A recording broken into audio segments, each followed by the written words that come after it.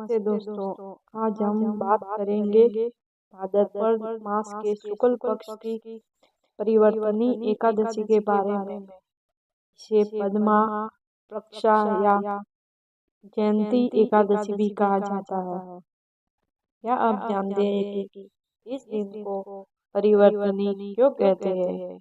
क्योंकि इस दिन भगवान विष्णु योग निंदा के दौरान करवट बदलते हैं। आज के वीडियो में हम जानेंगे इसकी पौराणिक कथा, महत्व और पूजा विधि। हिंदू पंचांग के अनुसार वर्ष 2026 में परिवर्तनी एकादशी का शुभ मुहूर्त इस प्रकार है। परिवर्तनी एकादशी 2026 मुहूर्त तिथि 22 सितंबर 2026 मंगलवार। एकादशी तिथि प्रारंभ 21 सितंबर 2026 को रात 8 बजे से। एकादशी तिथि समाप्त 22 सितंबर 2026 को रात 9:42 तक। पारण व्रत खोलने का समय 23 सितंबर 2026 को सुबह 6:10 से सुबह 8:35 तक। परिवर्तनी एकादशी भाद्र माह पद माह की शुक्ल पक्ष की एकादशी तिथि को परिवर्तनी एकादशी कहते हैं। इस दिन भगवान विष्णु के पावन अवतार की पूजा करते हैं। धार्मिक मान्यता के अनुसार आज भगवान विष्णु करवट बदलते हैं। इस दिन इसे परिवर्तनी एकादशी कहते हैं। इसे वामन एकादशी, पार्श्व एकादशी या जयंती एकादशी भी कहा जाता है। मान्यता है कि परिवर्तनी एकादशी व्रत रखकर भगवान विष्णु की पूजा करें और इस दौरान यह व्रत कथा पढ़े तो भक्त को सभी पापों से मुक्ति मिलती है और उसे 1000 अश्वमेध यज्ञ का फल प्राप्त होता है। विधि: यह व्रत दशमी तिथि की संध्या से शुरू हो जाता है। दशमी तिथि से ही चावल आदि नहीं खाने चाहिए। एकादशी के दिन सूर्योदय से पहले उठकर पवित्र हो जाए, साफ वस्त्र पहने। एकादशी पूजा विधि के अनुसार पूजा करें, साथ ही परिवर्तनी एकादशी व्रत कथा पढ़े, संध्या आरती करें।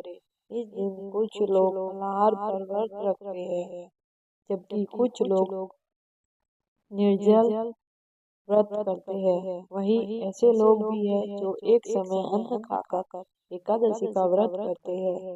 आप जिस तरह के व्रत करने में सक्षम हो वैसे व्रत रखें।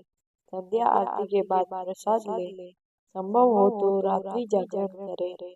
एकादशी का व्रत रात्रि में समाप्त नहीं होता है। अगले दिन के पहले पहर में इस व्रत का पारण किया जाता है। हर एकादशी पर पारण का समय अलग होता है। अगले दिन पारण समय तक उठकर स्नान आदि कर दान के लिए अन्न या दक्षिणा आदि निकाले, फिर स्वयं कुछ खाए और व्रत का पारण करे। तथा युधिष्ठिर कहने लगे कि हे भगवान, भाद्रपद शुक्ल एकादशी का क्या नाम है? इसकी विधि तथा महत्व कृपा करके कहिए। तब भगवान श्री कृष्ण कहने लगे कि इस पुण्य, स्वर्ग और मोक्ष को देने वाली तथा सब पापों का नाश करने वाली उत्तम वामन एकादशी का महत्व मैं तुमसे कहता हूँ। तुम ध्यान पूर्वक सुनो।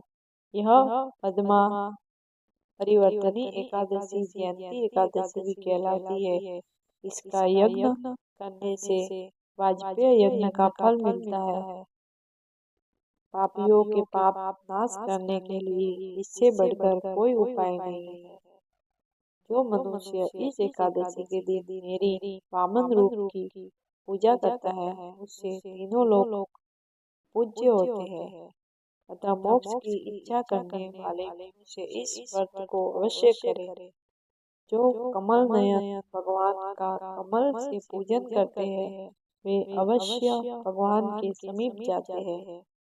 जिसने भाद्रपद शुक्ल एकादशी को व्रत और पूजन किया, उसने ब्रह्मा विष्णु सहित तीनों लोकों का पूजन किया। अतः हरिवासर अर्थात एकादशी का व्रत अवश्य करना चाहिए। इस दिन भगवान करवट लेते हैं, इसलिए इसको परिवर्तनी एकादशी भी कहते हैं।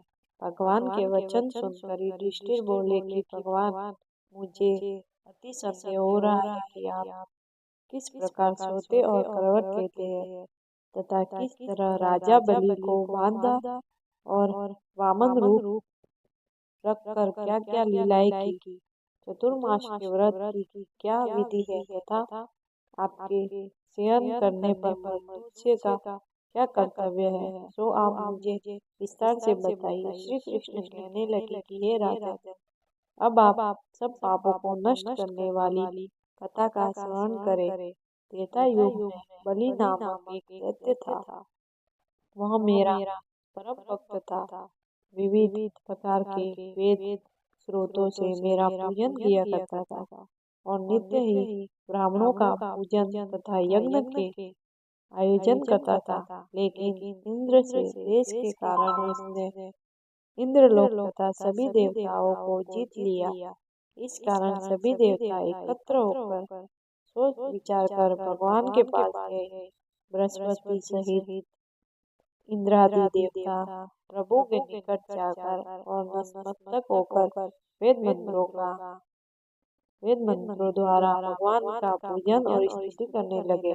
अतः मैंने वामन रूप धारण करके पांचवा अवतार लिया और फिर अत्यंत तेजस्वी रूप से राजा बलि को जीत लिया। इतनी वार्ता सुनकर राजा युधिष्ठिर बोले कि हे जनार्दन, अपने वामन रूप धारण करके इस महाबली दैत्य को किस प्रकार जीता। श्री कृष्ण कहने लगे, मैंने वामन रूप धारी ब्रह्मचारी बलि से 3 पग भूमि की याचना करते हुए कहा, ये मुझको 3 लोक के समान है और हे राजन, यह तुमको अवश्य ही देनी होगी। राजा बलि ने इसे तुच्छ याचना समझकर 3 पर्ण भूमि का संकल्प मुझको दे दिया और मैंने अपने त्रिविक्रम रूप को बढ़ाकर यहाँ तक कि पुकोल में पद, पूर्वलोक में यवा, स्वर्णलोक में कमर, महालोक में पेट, चंद्रलोक में हृदय, यमलोक में कंठ की स्थापना कर सत्यलोक में मुख, उसके ऊपर मस्तक स्थापित किया। सूर्य, चंद्रमा आदि सब ग्रह गण, योग, नक्षत्र, इंद्रादि देवता और शेष आदि सब नाग गणों ने विविध प्रकार से वेद सूत्रों से प्रार्थना की। तब मैंने राजा बलि का हाथ पकड़कर कहा कि ये राजन, एक पद से पृथ्वी, दूसरे से स्वर्ग लोक पूर्ण हो गए, अब तीसरा पग कहाँ रखूं। तब बलि ने अपना सिर झुका लिया और मैंने अपना पैर उसके मस्तक पर रख दिया, जिससे मेरा वह भक्त पाताल को चला गया। फिर उसकी विनती और नम्रता को देखकर मैंने कहा कि हे बलि, मैं सदैव तुम्हारे निकट ही रहूंगा। विरोचन पुत्र बलि से कहने पर भाद्रपद शुक्ल एकादशी के दिन बलि के आश्रम पर मेरी मूर्ति स्थापित हुई। इसी प्रकार दूसरी क्षीर सागर में शेषनाग की शन पर हुई है। राजन, इस एकादशी को भगवान शयन करते हुए करवट लेते हैं, इसलिए तीनों लोकों के स्वामी भगवान विष्णु का उस दिन पूजन करना चाहिए। इस दिन तांबा, चांदी, चावल और दही का दान करना उचित है। रात्रि को जागरण अवश्य करना चाहिए। जो विधि पूर्वक इस एकादशी का व्रत करते हैं, वे सब पापों से मुक्त होकर स्वर्ग में जाकर चंद्रमा के समान प्रकाशित होते हैं और यश पाते हैं। जो पापनाशक इस कथा को पढ़ते या सुनते हैं, उनको 1000 अश्वमेध यज्ञ का फल प्राप्त होता है। तो दोस्तों, इस एकादशी पर भगवान विष्णु की कृपा पाने के लिए व्रत और दान जरूर करें। अगर आपको यह जानकारी अच्छी लगी तो वीडियो को लाइक करें और हमारे चैनल को सब्सक्राइब करना न भूलें। कमेंट बॉक्स में जय श्री हरि जरूर लिखें। मिलते हैं अगले वीडियो में। आपका धन्यवाद।